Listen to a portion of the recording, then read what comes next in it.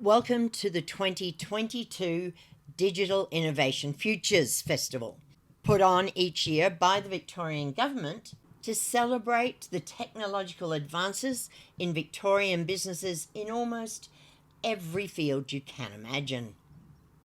Good afternoon, it's Carolyn here from We Teach Well, and I'd like to welcome you to this, the first of our events in the 2022 Digital Innovation Futures Festival.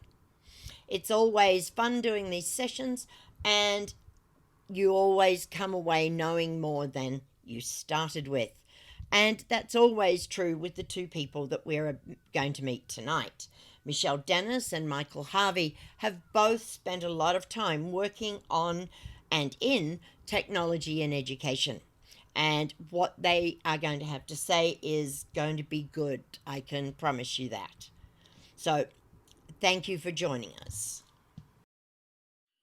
As we begin, We Teach Well acknowledges the sovereignty of the traditional custodians on the land where we live and work. For me, that is the Yalukit Whelan clan of the Boonwurrung, part of the Kulin Nation. We pay our respects to their elders, past, present, and emerging, and we recognise that sovereignty was never ceded and that the land is and will always be Aboriginal land. As educators, We Teach Well recognises the value of traditional Aboriginal education systems and promotes increased Aboriginal involvement in education at both state and federal levels. We also pay our respects to the elders of the lands where our colleagues live and work. So from the neighbourhood to the metaverse in 2 years, where to from here for K-12? I need to make a confession here. It's possibly not going to be a surprise to you, but I'm not a very tech savvy. I'm not really tech savvy. I'm enthusiastic, but not well versed. So while I thought it was a really cool title, From the Neighbourhood to the Metaverse, I actually had to look up what the metaverse was. I'd heard people talk about it, but I didn't actually know. I sort of figured that, okay, maybe it's a something that a space that's not geographically pinned down, but I wasn't sure. So I'm really looking forward to learning more about that.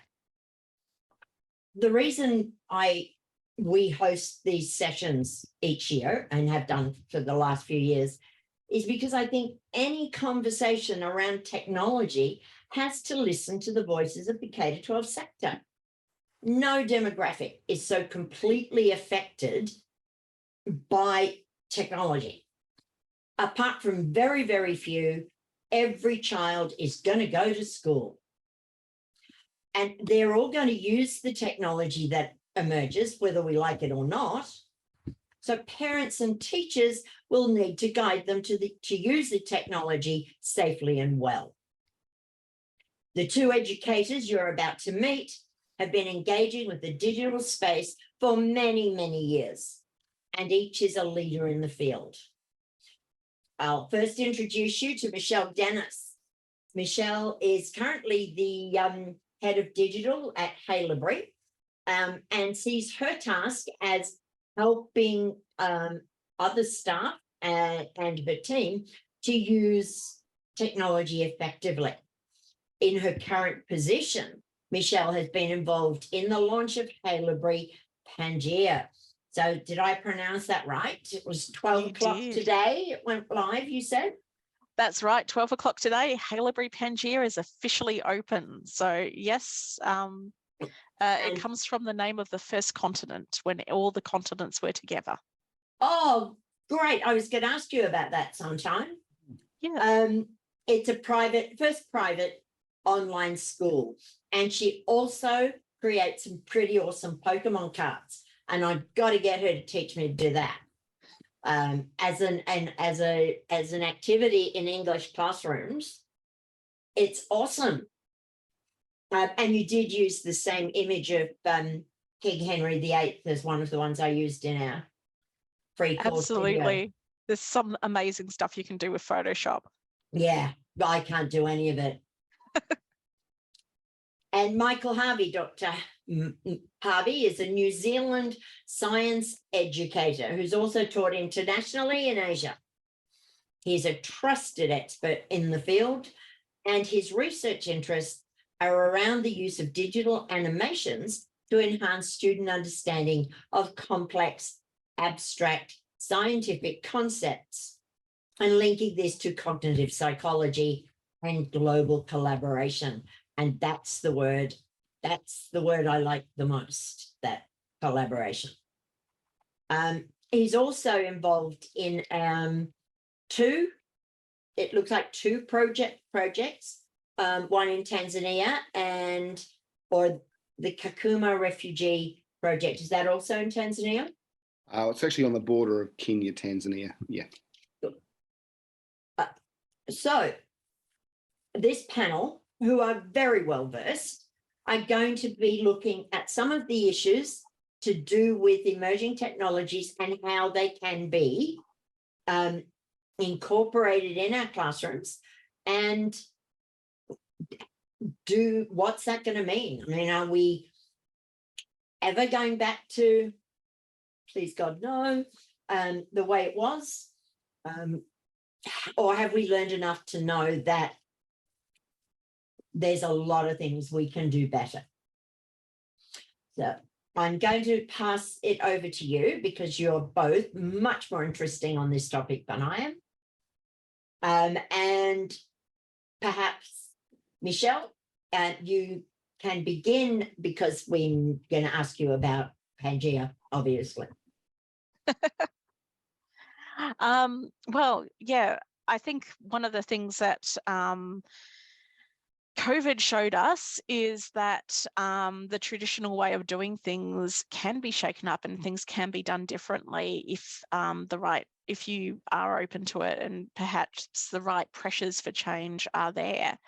And Pangea has been brought about because we do think that location should not hold you back from getting access to high quality education. And that is kind of what the Metaverse is about being able to access that accessibility of immersive experiences, which is such a almost utopian idea when you think about it, this idea of being able to access this world, this experience from wherever you are. And we're not quite at the VR side yet with Pangea, but I think that there's definitely that opportunity as we grow and as the kind of technologies that we're currently playing with get cheaper and more accessible themselves. But yeah, definitely Pangea has been designed with that idea of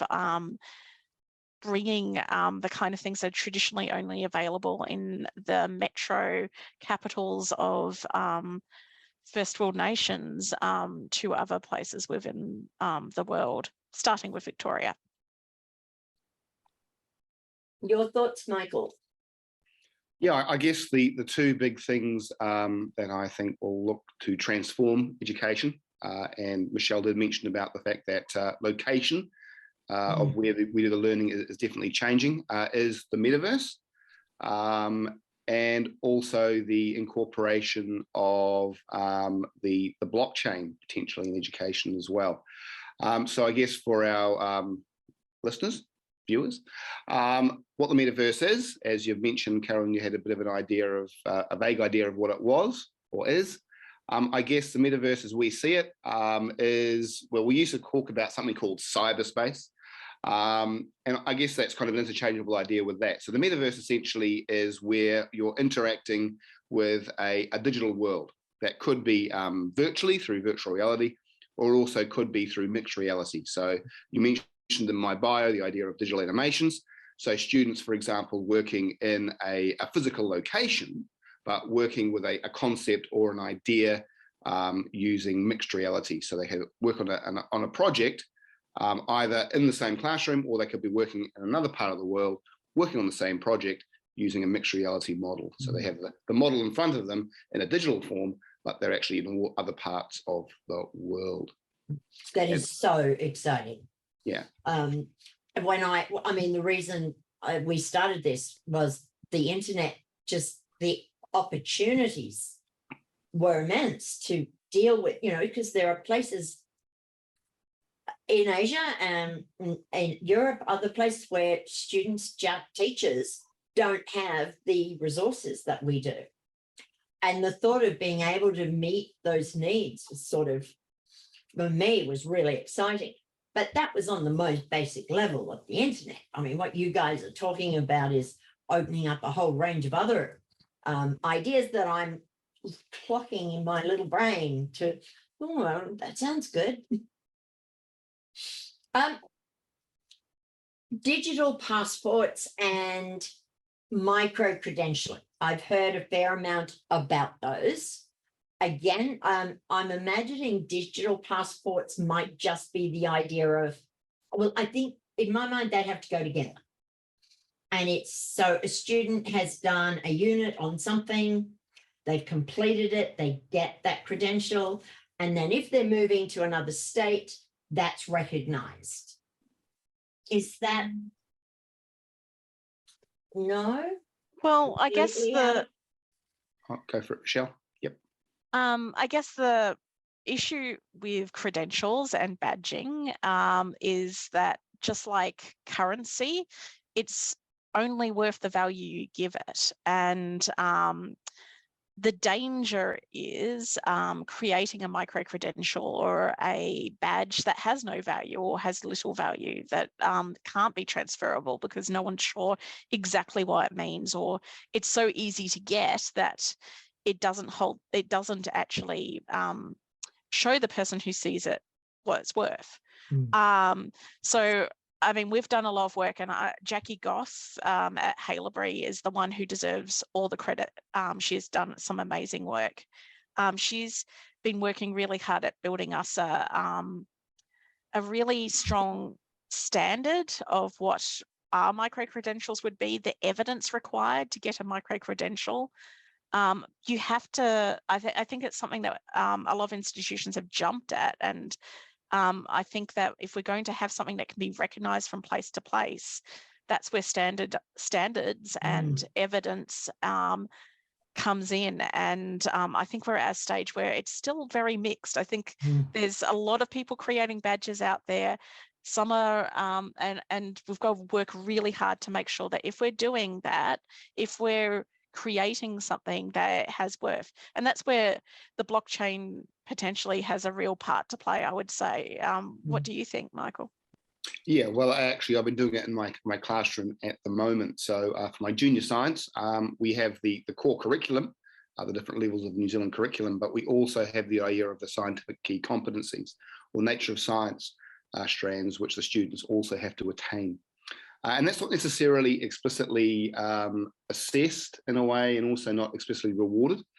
So what I've done is actually I've created a series of digital badges which illustrate when students have actually met the nature of science criteria. So be able to explore the science, being able to analyze or critique the science. And then I've linked that to the blockchain by adding it to a Credible account.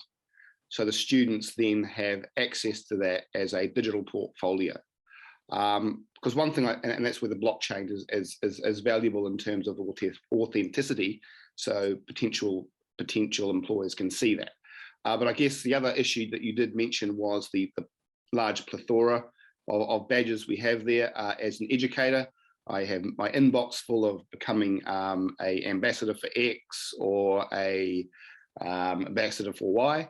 And the criteria that actually involves can be very limited. So it's just like, okay, I just do 10 tweets, I get my certificate. I know for one particular organization that I've worked with, that's one of their concerns, that their badges became pretty much pointless because anyone could get it. So they had to add more rigor to the actual process of actually becoming part of that organization and getting recognition in that organization.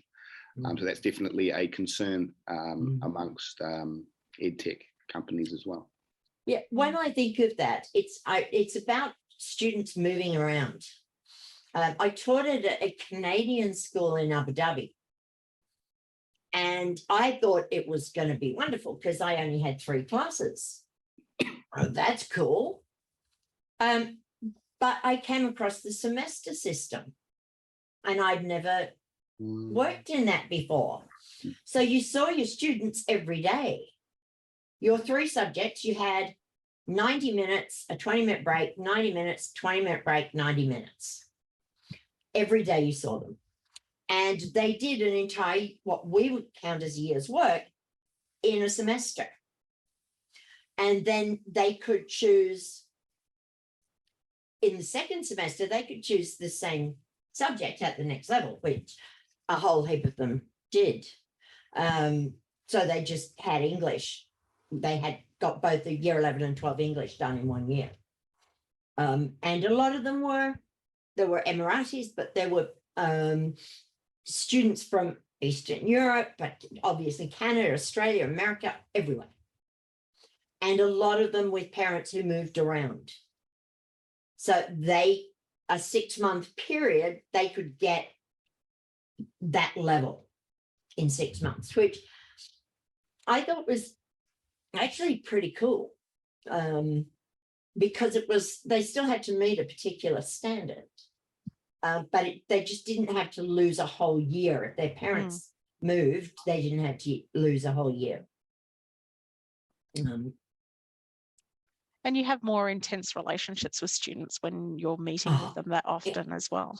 It was awesome. I loved it. It was so good. The things you could do because you had 90 minutes. But you get into the depth of learning rather than just the breadth when that happens. And you've got the time to do something that just, let's try this. And it's, that was good. With the micro-credentialing or digital passports, whatever they are, I would imagine that in our what do they call it? Segment, K-12,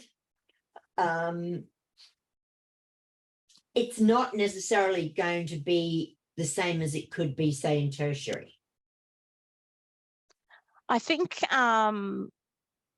that the difference would be that in tertiary, the brand recognition and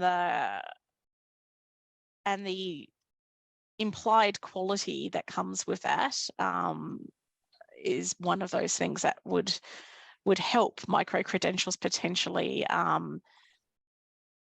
be seen in a different light and be more transferable. One thing that I have done with a micro-credential that I delivered last semester, I delivered a micro-credential to students on social media management. And to make it something that could be more transferable and recognised beyond our institution, I scoped it against the VET system. So I actually found what units of competency aligned with what I wanted to teach. And that was really successful because the students had a micro-credential that said social media management. Being able to say what units of competency were satisfied in order to get that gave explicit auditable measures of quality that the students had to have achieved. And it also meant that one of the students who did that last semester is now able next year when they're studying something else to have recognition of prior learning in another institution. So it's provided that transferable nature. But in order to do that, you do have a lot of paperwork and a lot of, you need to have an RTO. There's a lot of things within, in order to achieve that. And that's one way that we've got around it being a high, a K-12 credential, and tried to make it something that would be a little bit more visible. That's the thing, though, isn't it, with K-12? When having been involved on the periphery of sort of edtechs for a while, you hear a lot of people talking about how good it is and how great it is, and all, we can do this, we should be able to do this in secondary too, is they don't seem to have picked up that their students are adults. K to 12 students are not just children, there's somebody else's children that you're responsible for. And so it's right that there should be far stronger checks and balances, I guess, and rigor in how those students are provided with information about their abilities and their learning. Oh, I think that's one of the things that, like, it's a privilege, but it is also sometimes a frustration, because, yeah, looking at Credly, for example, as a provider, we found that their terms and conditions only go down to age 13. So, you know, we're a K to 12 school. It means that, you know, you have to wait till a kid turns 13 to actually give them the badge, at which point they stop caring. Yeah. Or maybe they're not all of them, but it's certainly lost a little bit of its meaning. It is something that certainly after the release of the article, which was, I believe, this year about edutech companies and privacy. So I think it was Who's Watching Our Children from Human Rights Watch, something like that. It certainly, we have a process that is very strong, I would say, compared to many schools, but we're still looking at how we can make it stronger. And there's certain things that at the moment really struggling to find ways to use it in the classroom which are compliant and up to that duty of care when it's someone else's kid. So things like using like the Meta Quest, which the Oculus Quest, which is a lovely piece of equipment. It's one of the most affordable VR, high quality VR devices. It's easy to develop for. Our students are able to create VR experiences in quite easily, but it's owned by Meta, it's owned by Facebook. And the data, it goes into the metadata landscape. They collect it. They don't have educational accounts where that's hidden. It makes it very challenging to navigate in a way where you're trying to balance the duty of care with trying to provide valuable experiences. But it's unfortunate, but it is something that we have to get right. Yeah, privacy issue always amazed me. So Turnitin is what we tend to use for student plagiarism. But that essentially, the business model of Turnitin is to get student data without their consent, really, and use it as a resource for their business model. And so that's kind of, I see it kind of perverse, that you're using basically the students as a resource. And that still concerns me. So I don't think Hasn't the GDPR and other systems like that, doesn't that offer a level of protection? Particularly, I think the one that interests me the most, of course, is the right to be forgotten. And also your responsibility for your third party. So we are responsible for third parties that we work with, that their security meets GDPR standards. I just think maybe, you know, if you could at the end of a year have all the kids data deleted. The problem is you need to know, well, there's a number of problems. One is that the claims are often that their data is anonymous, but you look at how many pages have Facebook pixels on them that are used by teachers without even knowing they've got Facebook pixels on them. So that data's been collected. The kids don't have accounts yet, but there's enough information there to build up an idea of who that person is, what websites they visit, what they do, where they go, where they are in the world. This is something that I don't think is that easy to stop.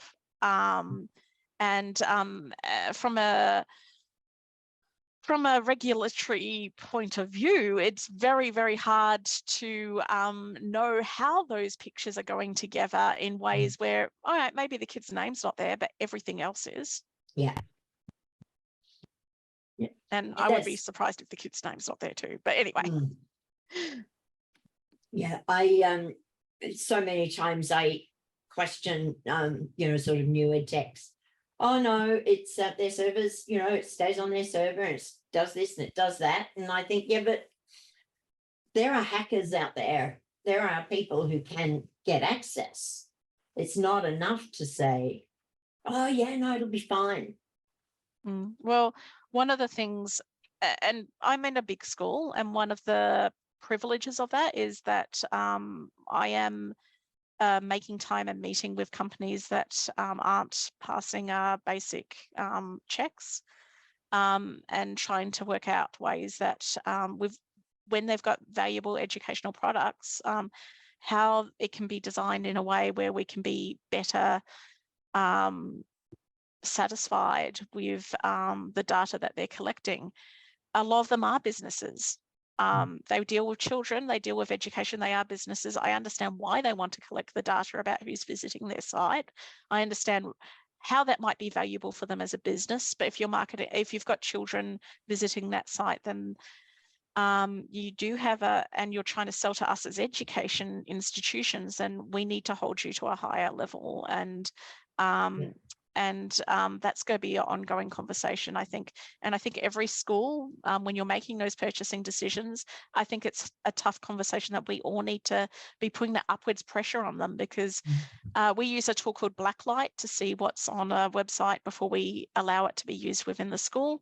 As part of, as well as reading privacy policies, having a compliance officer look at every system that the teachers sign kids up for or whatever, all has to go through our checks. And yeah, before we hand over money now, we are making sure that we are satisfied that we're doing the best for our students. And I do think that a lot of those ed tech companies will listen if we work together to apply that pressure and have that conversation about what's necessary and what isn't. Your thoughts, Michael? Yeah, completely agree in terms of making sure child privacy is paramount. Basically, ed tech companies are in it to make money as much as they say they're in it for the education. So we need to be really vigilant as educators and looking at those privacy provisions that those organisations actually provide to make sure that our students' data is actually protected. So you're doing it on a school level. Yeah.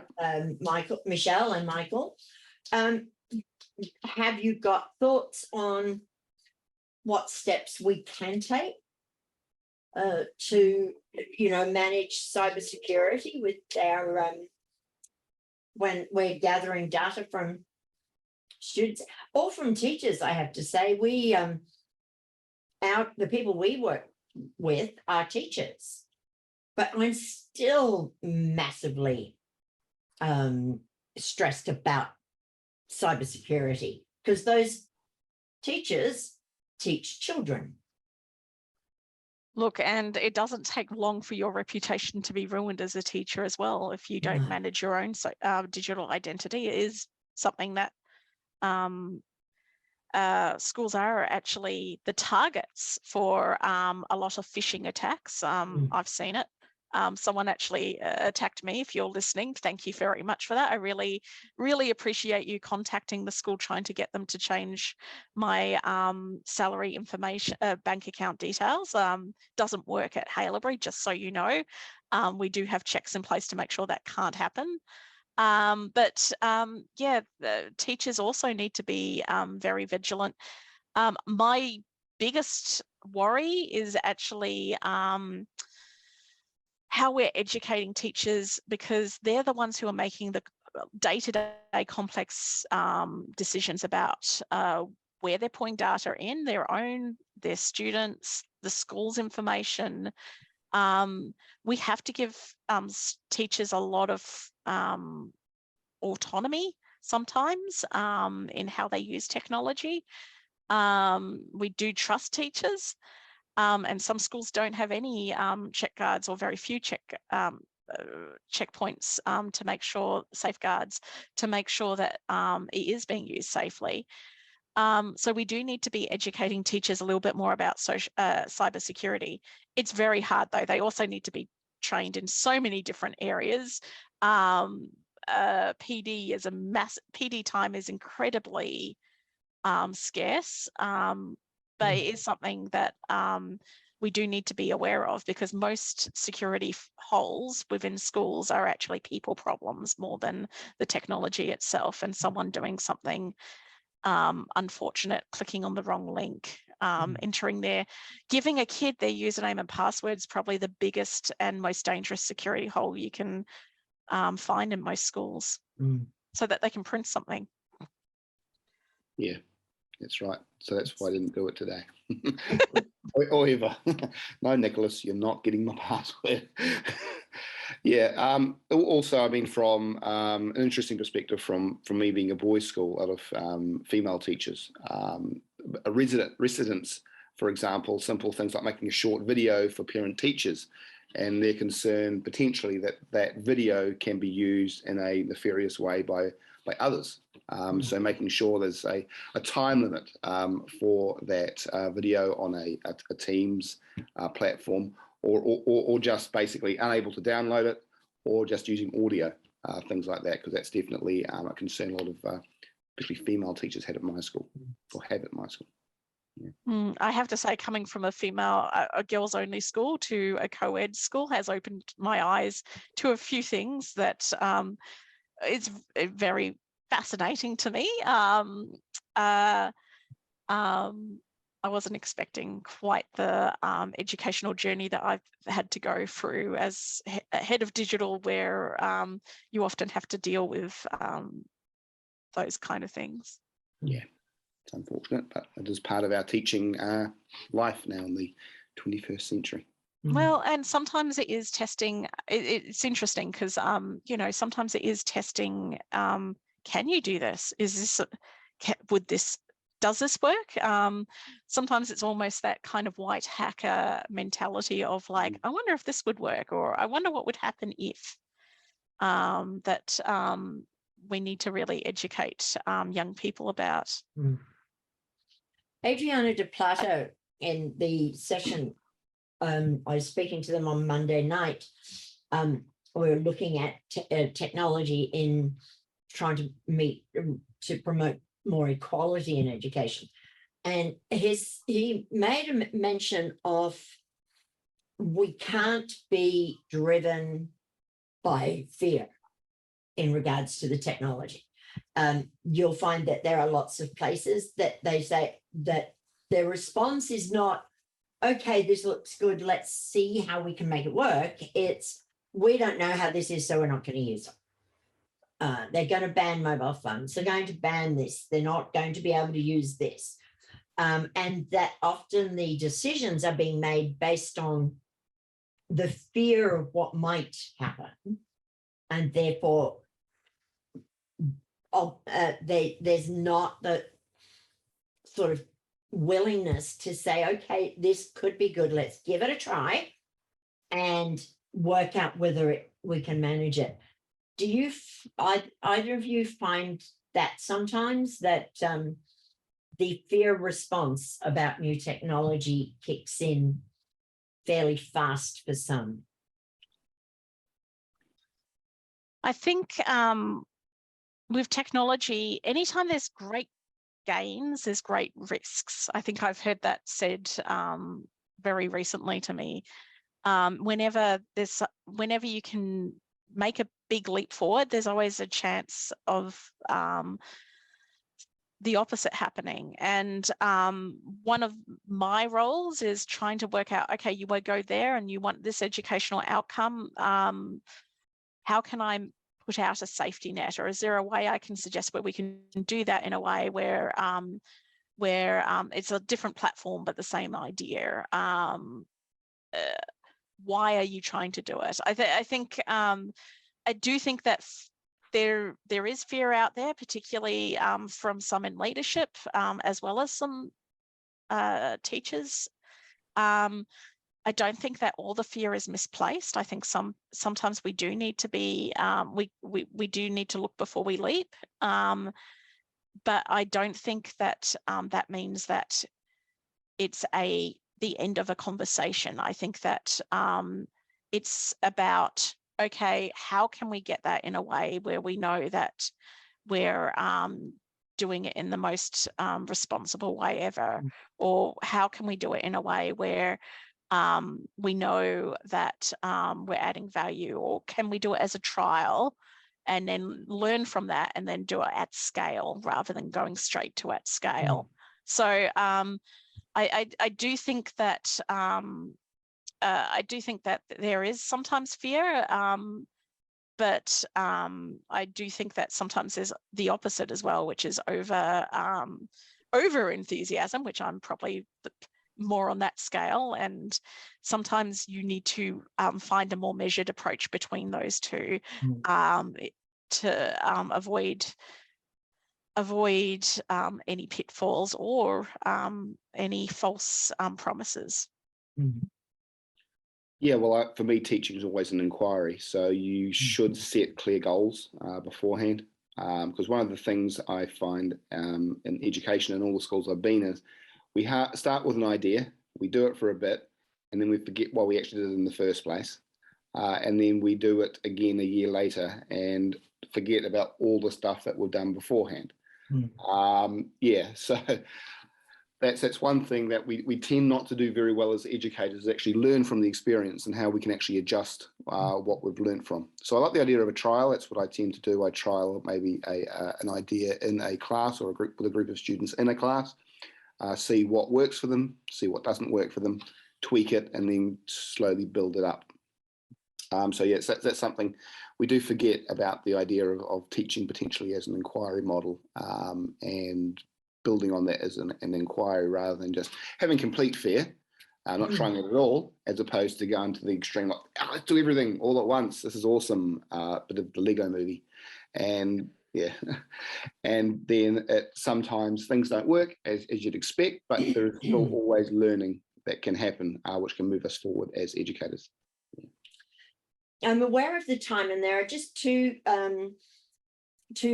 questions or areas that I'd like to ask you about now. My children are 33 now, which I find bizarre. And when I was last in schools, not that long ago, a school had 3 computer labs. And there were 2 IT teachers, for mostly senior, they taught IT. And then there were 2 ICT people. And they were the ones, so if you wanted to say I wanted to do something on computers for my English class, I'd plan 3 weeks ahead, ask a teacher if they could do a swap with me. And then the ICT guy would spend the first half of the lesson trying to log the students in because they'd forgotten what their logins were. And meanwhile, the students are playing on their windy chairs and pinching the rollerballs out of the mice. That's maybe what ICT teachers used to do, but that's not what you do. And I'm sure that there are people who don't necessarily understand what is it that you guys do in the classroom and in your school in regard to digital technologies. Okay, anyone? Well, in New Zealand, it's now part of our curriculum since 2016 to actually incorporate digital technology into the classroom practice, no matter what subject it is. So as a physics teacher, for example, even though the teacher opposite me, hope she doesn't listen to this, doesn't use Excel, for example. She has hand-drawn graphs, but I teach them how to use Excel, how to get the gradients from that to do those calculations. And it's incumbent of me to do that because in the New Zealand curriculum, it says that I need to be able to embed digital technology into my teaching practice. And I make that explicit to the students as well. The reason why we're doing it this way is because it's part of the New Zealand curriculum. So that's my focus in that garden. I think all teachers in New Zealand should be doing that because it's part of our job as teachers.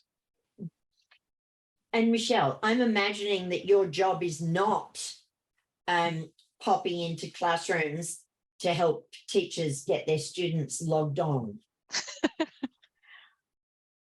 Not mostly. Occasionally, particularly when we do device rollouts, I'll roll up my sleeves and we will, make sure that everyone is there. We're moving to as streamlining things as much as possible. But sometimes I do have to do some more of the making sure people are there. I wear many hats. One of my hats is looking at how technology is used within the school throughout, from classroom to classroom, how we use it in teaching and learning, and how can we do it better. And I have an amazing team that helps me with that. I also I'm in the computer science department as a teacher. I have a head of department for computer science, and our approach there is actually that deeper level of how do you design technology and how do you build software and how does it work underneath the hood. And I think both sides of the equation are really important, and I wish more students did computer science at that level, because the tools are great and we should be using them in every class. I think that there's value in a pen, there is value in a computer, and there's value in learning how to use both at the right time and knowing when the right tool should be used. But there's also value in understanding how it was designed, because that's how you're going to make sure that you're able to keep your job when the whole industry shifts on you, because you're going to be able to know the tools, know how to adapt, know enough to work with a coder from another country or a software engineer, or know enough to collaborate and adapt to those things. And so in my idealistic world, I actually think students need both. They need the tech within the classroom that is just the default for society to function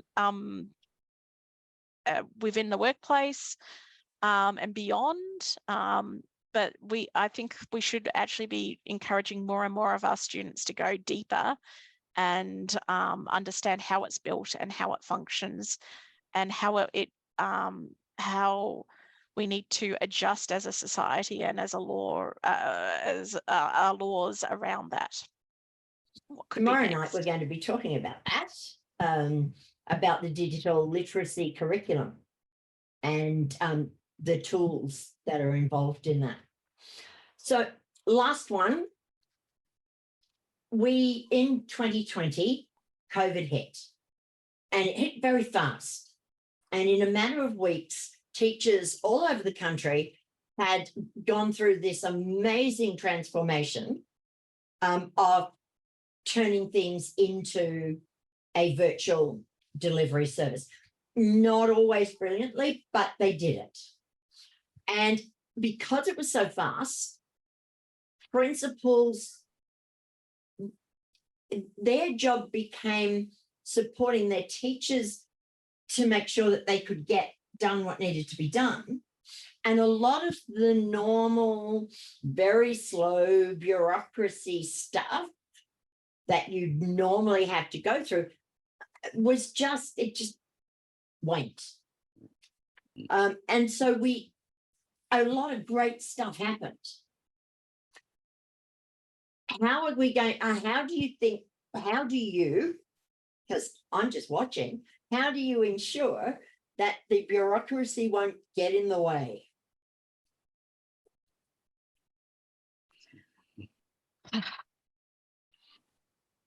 Bureaucracy will bureaucracy will always get in the way for somehow. I think personally, I think the biggest problem is that we're a bit like plastic in a way. Like, you can stretch us and we're incredibly resilient and we will stretch to the shape we need to be and we will adapt, but we do tend to try and come back to our comfort zones. And I think that's probably for me, where I feel like things are heading at the moment is that trying to find that comfort again, which it's been a interesting couple of years, and everyone wants to be more comfortable again. If it's going to be sustained change, though, it actually needs direction. It needs a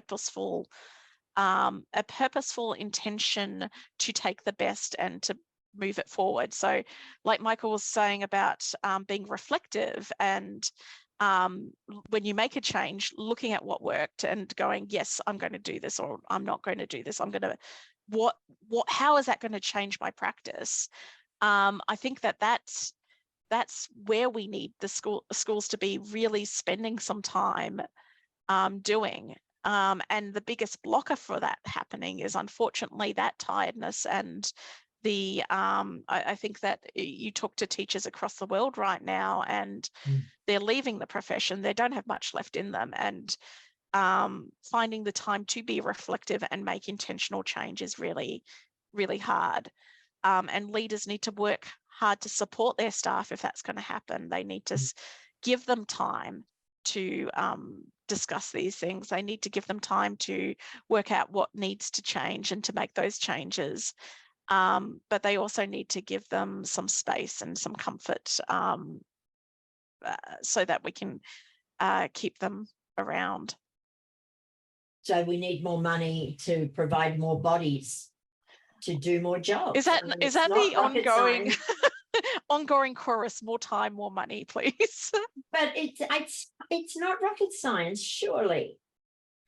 Yeah, I guess as a member of the New Zealand PPTA, who's going to a new negotiation round this year, invest in the future, invest in teachers. Yeah, so it's time, and we're still quite time poor. There's always new things. It's also expectations of the stakeholders, so parents, also the media push. I see the Australian media is very similar for the New Zealand media, and the idea of being back to basics, and we're back to the literacy wars. So phonics is front page of the New Zealand Herald today. Back to the future. So, and also our PISA rankings are low. Whether a teenage boy or girl in New Zealand cares about PISA when they're doing the test, well, I'll just leave it to you. But yeah, it's we I think the idea of being plastic. Yeah, we want to go back to what it was like, but things have changed, and this was actually an opportunity to change society. And I guess as educators, education, and we're missing that opportunity. I sense. Yeah. And can I say, I'm in a school which is trying something that is born. It was started before the pandemic, but a lot of the learnings of the pandemic have informed it. And the only reason that we're doing this is because of intentional leadership that has. I'm not talking about myself here, by the way, that has gone, this is the direction that we think education has got to move in. And we want to be part of that. We want to be at the forefront of it. And so we are making the time where we're paying teachers to develop curriculum. We're not expecting them to do it like out of nowhere. We're giving resources. We're doing our best to make it an intentional move of our school in this direction, because it's just not something that's going to happen without that thought and planning. Yeah, or not beyond little pockets.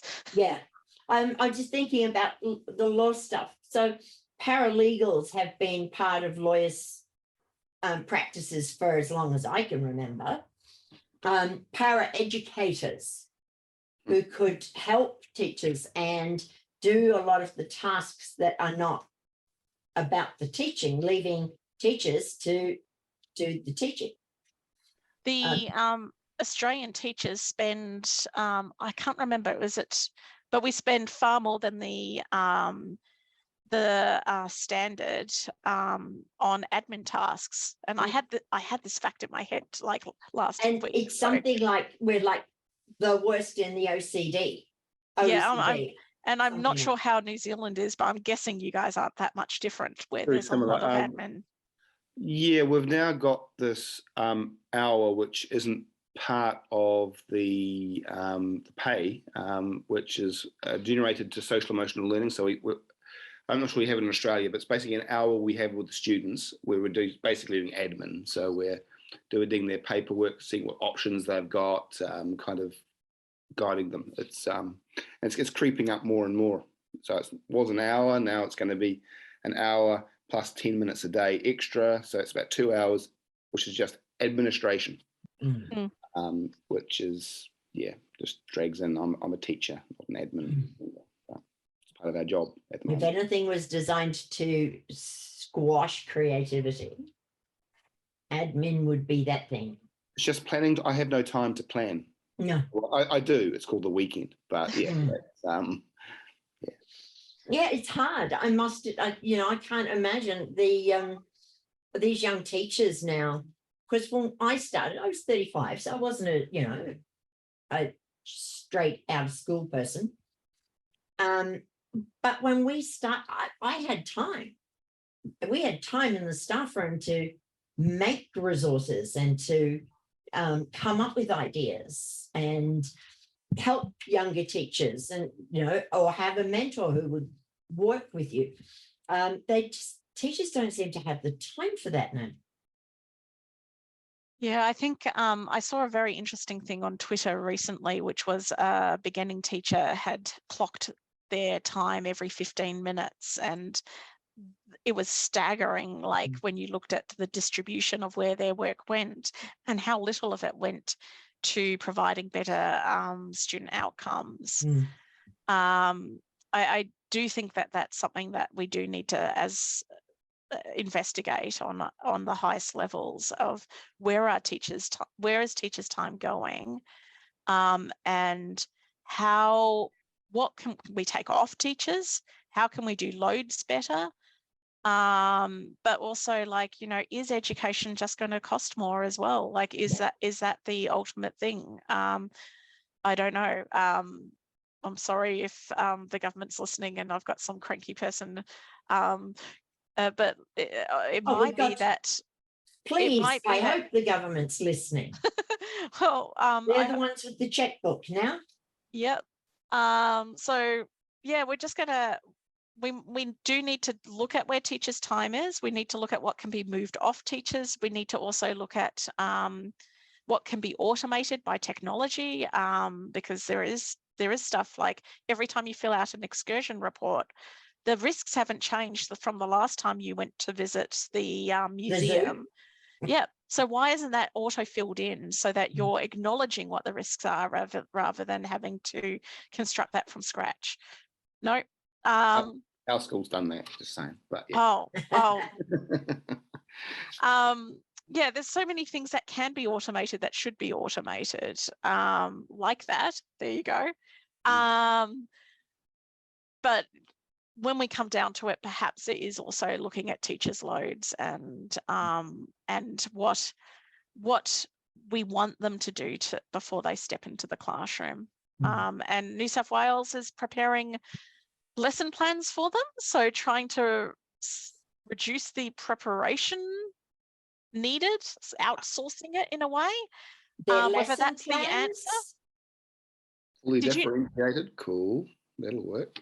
I'm saying, like, there's people out there coming up with ideas. I'm not sure that I think that for beginning teachers, as a starting point for thinking about how you can approach things, it's not there's always going to be teachables that people look at. I don't know if they're the best teaching approach, though. Yeah, I mean, I have taught in a New Zealand school where you get a ring binder and every lesson is done. You know exactly what you're teaching for every lesson. So that horrifies me. It's like having it in one of the school I was in, where there was a couple of young teachers and their folder was immaculate. everything was perfect. And every year they did the same, went through the whole thing just like that. Whereas Judy's and mine, we had bits falling out and we had other bits that you put in, and then we'd taken this out and moved it a bit somewhere else and scribbled it all over something, and ours was always a mess. You had plans? Oh, wow. Okay. Hopefully my principal's not listening, but my lesson today in physics was an idea I had at 2 a.m, which I scribbled down on a piece of paper. So, And those are the ones that we wrote on a piece of paper and shoved it in the binder, because it worked really well, and we might try it again in the future. The point being is, every time you stand in front of a class of students is going to be different. yeah, because they're all different. You can't, I guess the question, and and this is what the New South Wales approach raises, is like, can you decouple what a teacher's job is into, and have someone who is, say, an expert at delivery, who is not necessarily an expert at constructing the content that you're delivering, or constructing the lesson plan?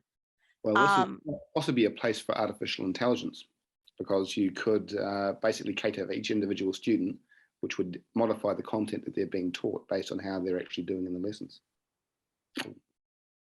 Yeah, just putting it out there. a whole nother can of worms. Yeah.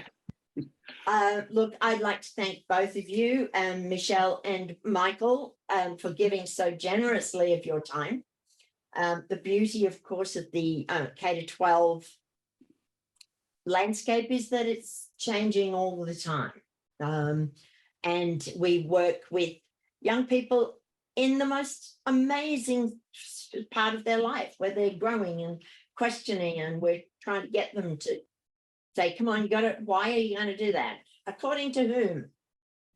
And all of those great things that you get to do with teenagers. I like teenagers a lot. But thank you both, because I know you've both got full teaching loads and full everything else that goes with it. So I'm just going to say good night for now, and thank you so much for your time. Ngā mihi nui. Thank you.